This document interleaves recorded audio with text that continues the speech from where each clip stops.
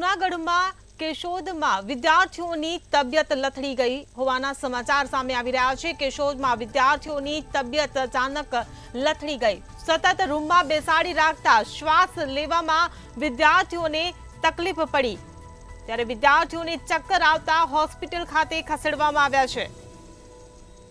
તો 20 થી વધુ વિદ્યાર્થીઓની તબિયત અચાનક લથડી ગઈ, જેના કારણે તેઓને હોસ્પિટલ ખસેડવાની ફરજ પડી। ચાલુ અભ્યાસ દરમિયાન ચક્કરની તેઓને અસર થઈ હતી। જૂનાગઢથી આ સમાચાર મળી રહ્યા છે। શાળાના શિક્ષકો દ્વારા વિદ્યાર્થીઓને હોસ્પિટલ ખાતે ખસેડવામાં આવ્યા છે। તો શાળામાં લાઇટ પંખા બંધ હોવાથી આ ઘટના બની હોવાનું સામે આવ્યું છે। વિદ્યાર્થીઓને ચક્કર આવતા તેઓને હોસ્પિટલ ખાતે ખસેડવામાં આવ્યા।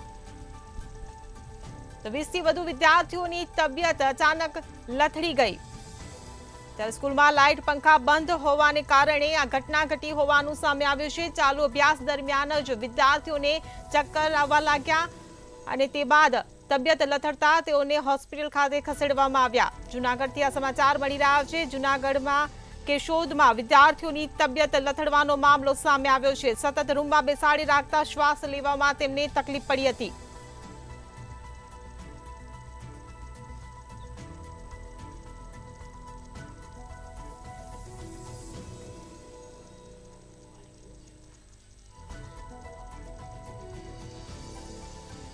સંવાદદાતા ચેતન પરમાર આપણી સાથે લાઈવ જોડાઈ ગયા છે। જી ચેતન, જે રીતે કેશોદમાંથી આ ઘટના સામે આવી છે, 20 થી વધુ વિદ્યાર્થીઓને શાળામાં લાઇટ પંખા બંધ હોવાથી તેમની તબિયત લથડી છે અને હોસ્પિટલ ખાતે ખસેડવામાં આવ્યા છે। શાળા સંચાલકોની આ કેવી બેદરકારી?